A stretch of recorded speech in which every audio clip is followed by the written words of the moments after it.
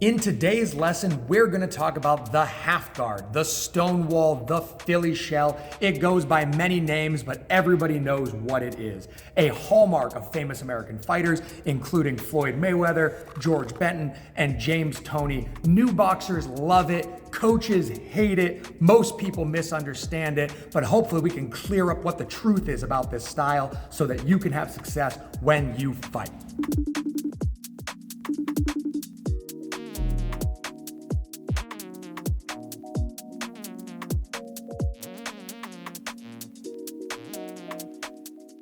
And helping me with today's video is our competitor and coach, Renee. So what is the half guard, all right? The half guard has your lead hand down in front of you. Your shoulder is used to block, parry, and obstruct. You are playing double duty with your right hand. And this whole stance is designed to, as George Benton would say, make your opponent work hard at failing to hit you. All right, you erode your opponent's confidence because it appears that you're easy to hit. And as their confidence breaks, as they fail to hit you, as they use more and more energy, it creates more opportunities for you to surge both psychologically and physically and get your win. I really believe at its core, the half guard is how an educated fighter shuts down an aggressive opponent. You could see in my fight with Little Mac, powerful street beefs puncher, when I showed that to James Toney on Instagram, he told me what I needed to do was keep turning him. Because you want to make sure that you're not there. You want to make sure that you're using your back to obstruct attacks. And of course, reliable, I love James Toney. Again, you're breaking your opponent's confidence by making them work hard at failing to hit you. Famous coach and trainer Eddie Futch once said, "A bull can't charge in a circle," and that's the way you want to think about using your half guard. When talking about the responsibilities of the limbs in the half guard, the first thing you need to know is that you need to wield your lead shoulder like a limb. You got to make sure that you're not stiff through your shoulders and your neck. You need to be able to get that shoulder up. You need to be able to get it across. You need to be able to make a big range of motion with that shoulder to catch shots from all different angles. It's really important to remember that while you can use the shoulder like a block, that's the least of it. You're really using your shoulder more like a parry, and the timing is very precise. It matters a lot. I can use my shoulder almost like an icebreaker, where when something hits it, this sweaty, slippery shoulder, I'm either guiding that punch over my shoulder and across my back, or I'm sucking them in and guiding that shot across my chest to be able to load my own rear hand and fire back.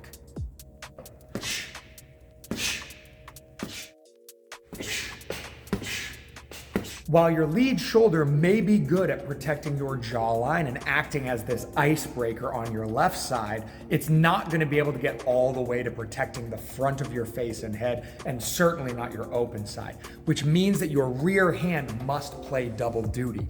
I must be able to protect the front of my head as well as the side of my head with my rear hand. And that's why you see me in some of my fights when I'm in the half guard or the Philly shell using this, what I've seen people in the comments section call windshield wiper defense. If you go back and you look at other practitioners of the half guard, like George Benton and like Sandy Sadler, you'll see that this is more common back with the old school than it is in the modern age, but is something that you need to master.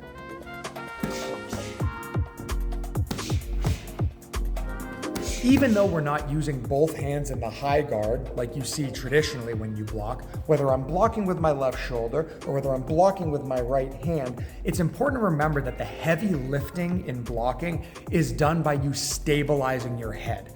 If you stabilize your head, if it's rock solid and immobile, if it can't be moved, you can't get a concussion. So when you're blocking, I want to vice grip my jaw in between my shoulder and my hand so that it can't be knocked loose and get me knocked down.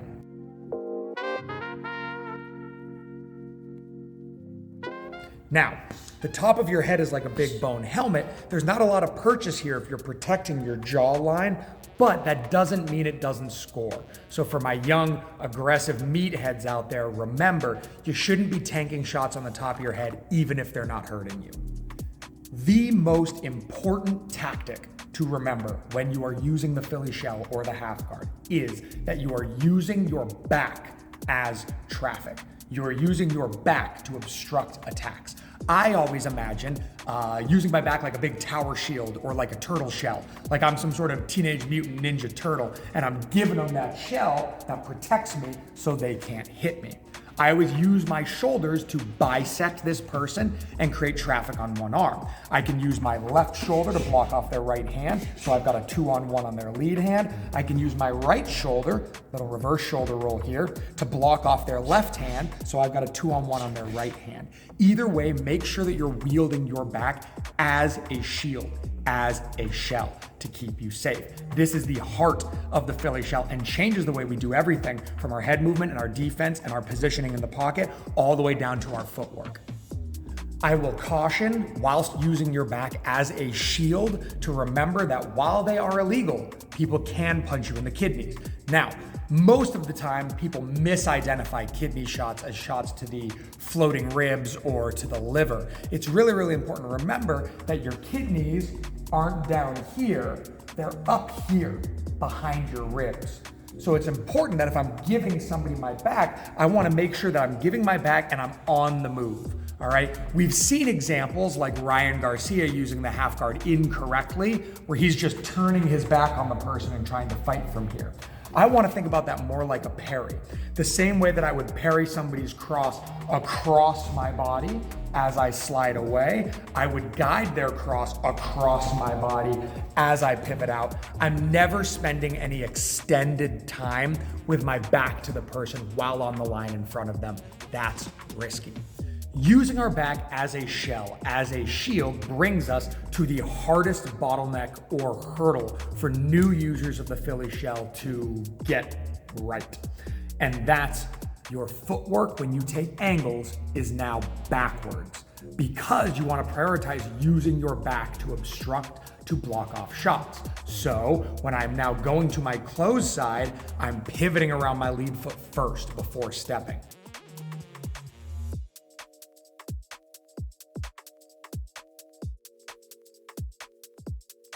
When I'm going to my open side, I'm stepping my lead foot across their body to present my back as a shield before pivoting through.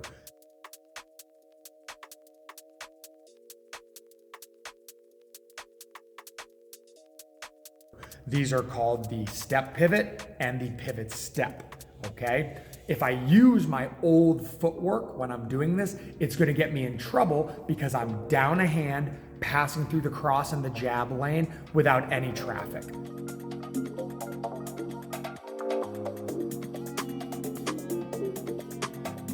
I would need to lift up my hand if I wanted to depend on my classic footwork in these situations, and then I'm not in the half guard anymore.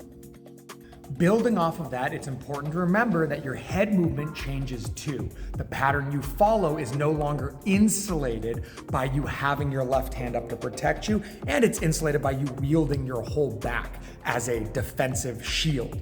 So because of that, you need to remember both rolling and slipping to your closed side is much, much riskier. And you either need to adjust your guard as you do it or change the pattern that you move your head through. We're going to talk about both of those presently so that you can recognize that the guard guards, and if it's in different positions, you need to accommodate that with your head movement.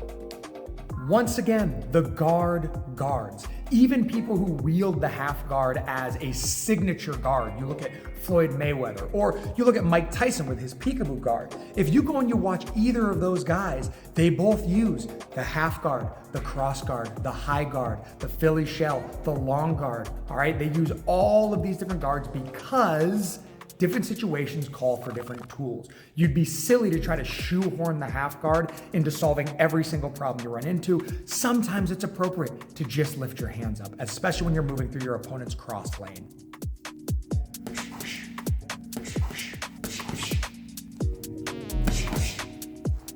The number one time I get hit when I'm using my half guard is when I'm passing through my opponent's cross lane, when I'm moving to my left. That's what gets me in the most trouble. But if you want to get more mileage out of your half guard and not fall into these common traps, then you can replace a couple common sequences that will help you do better. So let's talk. You can replace sequences like slip open, slipped close with something like slip open and rise.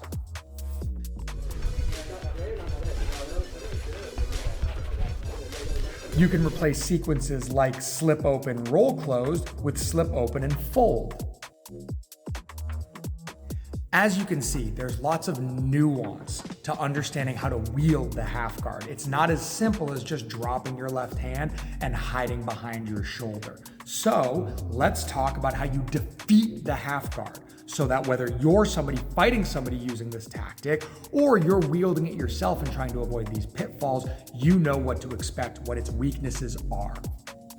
One of the first ways to have more success against a Philly shell practitioner is to move to their closed side. If you're moving to their closed side, you can see there are no attacks or weapons you're moving into because all of their weapons, their hands, are on their open side.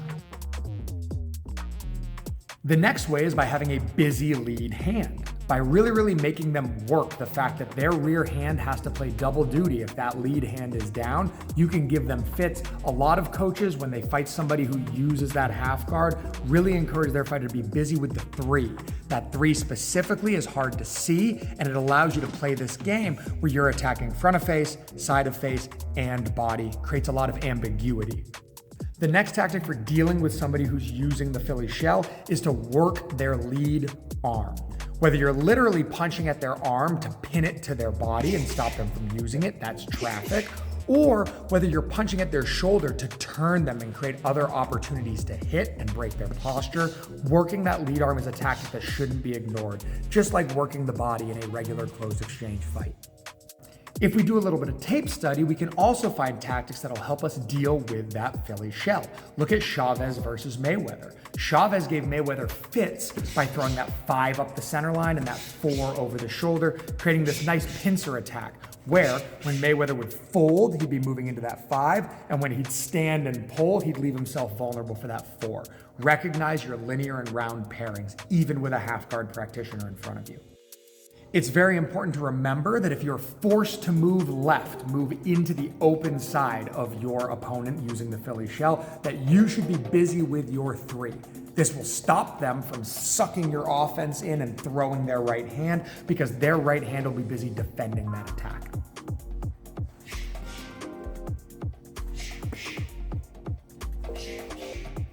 Our final tactic to defeat the Philly shell is to remember to frame, all right? A Philly shell person is very slippery. They're very defensively sound. They've got good visibility. You can obstruct all of these things by missing a shot and then framing. Whether you're using that wedge like Canelo, whether you're using that stiff arm like Foreman, whether you're using that forearm crush like Floyd Mayweather, whatever you need to do to break your opponent's posture and position and make them easier for you to get a beat on and land your offense on will get the job done.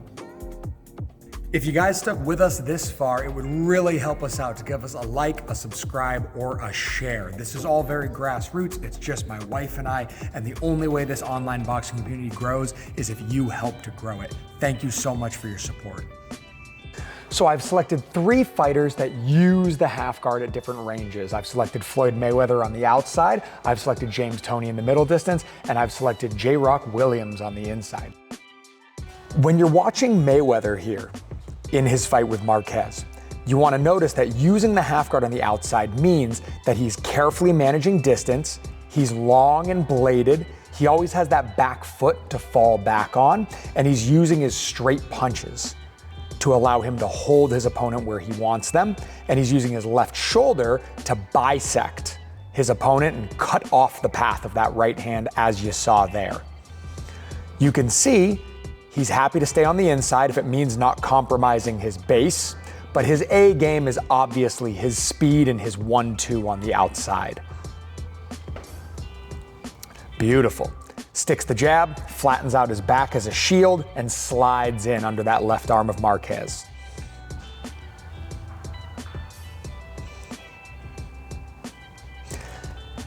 You can see how greedy Floyd Mayweather is with that space. If Marquez gives him an inch, he takes the inch. But if Marquez holds his ground, he's really careful measuring distance with his lead foot so that he can give himself as much lead time as he can to wield that shoulder to protect him. Lots of feints, creating ambiguity, dressing up his entries. Beautiful outside work, wouldn't matter if he had the half guard or not. And there you see him pull behind that shoulder. Roger Mayweather has a quote that I really like when he talks about Floyd's half guard and shoulder roll. He talks about how he thinks about that shoulder roll as a modified flinch response. So instead of flinching and pulling away, when Floyd reacts instinctively to something he didn't see coming, he tucks his chin and hides behind that shoulder and blocks off the right hand. That's a good reaction if you're going to overwrite something like flinching.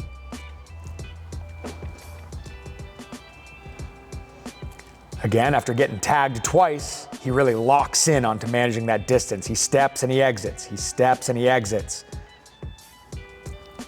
And if Marquez presses his luck, we'll see that shoulder roll again.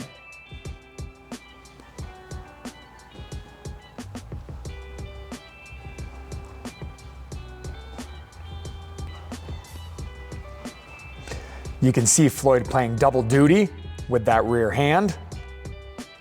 He's got that palm turned out to catch and parry. And again, he makes his opponent work hard at failing to hit him most of the time.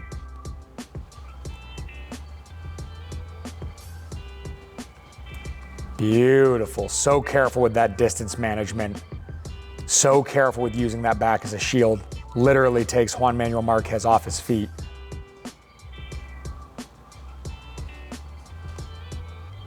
Beautiful round.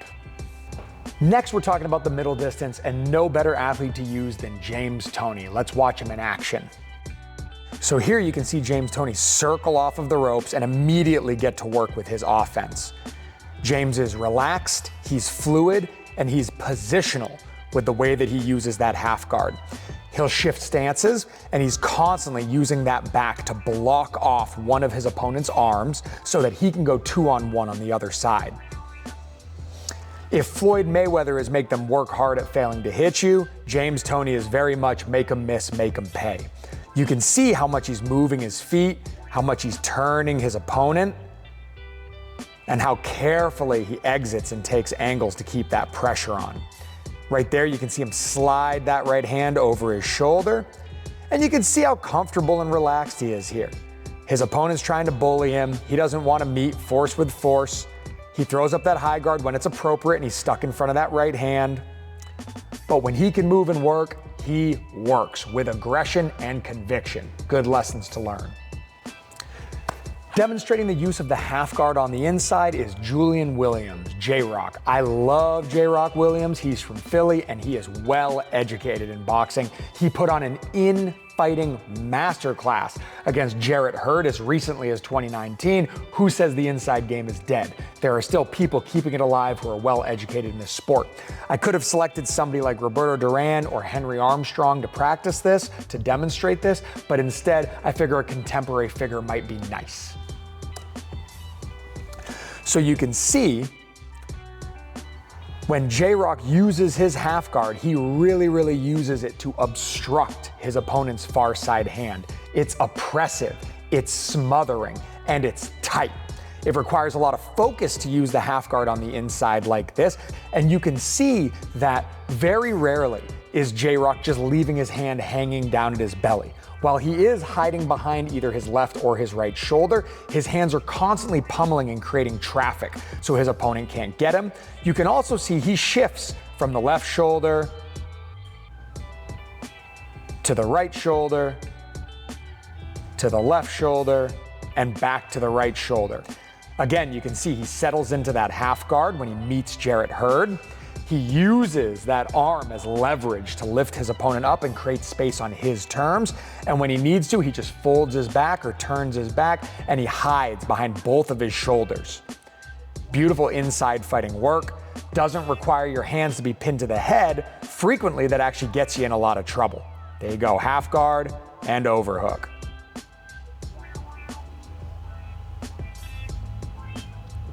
Good, nice catch and pitch. That's what that half guard's best at, sucking in an opponent's punch across your chest so that you can throw that rear hand, just like that. Beautiful work from J-Rock. And just like that, you've seen some examples of the half guard being wielded on the outside, in the middle distance, and on the inside with success. Tying everything together here, let's go through a pros and cons list of using the half guard, because it's not all sunshine and rainbows. There are pitfalls that are tough to avoid and can get you in trouble if you don't understand them. So starting with our pros. The first pro is that the Philly shell saves the legs and the arms. It's a style where you're sitting up a little bit taller, and it's a style where your arms can rest. Another pro is that it punishes aggression and pressure, because again, you're breaking this person's confidence while they fail and tire themselves out trying to hit you. Another pro is that it's very defensively sound. There's a reason that in some parts of the world, this is called the Stonewall defense. You can see he's got a lot of life left in him. He tries to overwhelm me, throwing lots of big punches. And when I egg him on, he doesn't take the bait, so I take the initiative. Another pro is that it's a damage first style. I believe that it's very true to the martial art of boxing. Not just the sportiness, but the martial art, where you've got to fight to win. And this mitigates damage very well. It's also very efficient with your energy. I think this is very close to what would be referred to as a true or a pure style of boxing. The other pro is kind of a silly one, but it's true. It's that the Philly shell looks cool and it's demoralizing to your opponent, all right? The psychological game is as important as the physical game when it comes to boxing, if not more. So it's very, very important to break your opponent's confidence and to look like you are confident and comfortable in there, and the Philly shell accomplishes that. Now, to balance this out, let's talk about some of the cons of the Philly shell style. Now, our first con is actually something I listed as a pro, and that's that this is a damage first style. So it's really important to remember that judges, especially at the amateur level, they struggle to see this subtle work. They struggle to see you working behind the half guard. They struggle to see what catches on the shoulder or gently catches on the hand. So they might not recognize your good counters and your good defense. It's also important to remember that even as a damage first style, if a shot hits you off the top of the head, like we were saying before, it still scores. So you look at somebody like Benny Briscoe. Benny Briscoe used his head like a little buckler, like a little shield, and I believe he only got knocked down once in his entire career, but he didn't always win those fights. If you're getting dinged off the top of the head, you might not be getting hurt, but it is scoring, and that's an important thing to remember. More cons of the style include some of its physical demands. It's very tough on the low back. Your left hand has farther to travel to get to the target, so you gotta be quick or you gotta have very good timing, and it requires a huge amount of discipline and focus to hold to this new system and have success with it. And these three things combined really mean that this is not a beginner-friendly style to use. Save this for when you're comfortable behind your high guard, and then you can start experimenting with the half guard. Certainly something that's more friendly to intermediate or advanced boxers. If you folks look through my backlog on my road to 100 fights for this year, I got 8 fights in, and almost all of them I fought predominantly out of that half guard style. I've been obsessed with James Toney for this past year, and we've been working really, really hard to understand this style and the nuance and the details that make it functional before we put this video out for you. We didn't want to put out a half-baked video. I wanted to make sure that I understood and could wield this style well before I tried to teach it to anybody else. But after a year of play testing and 8 very successful fights, I feel I've got a great handle on this, and I can share this information with my athletes, with my boxers, and that includes my viewers on YouTube. So hopefully you guys learned something today. Hopefully you guys can drill this out. Remember, drillers make killers, and you can find success using the Philly shell when you fight.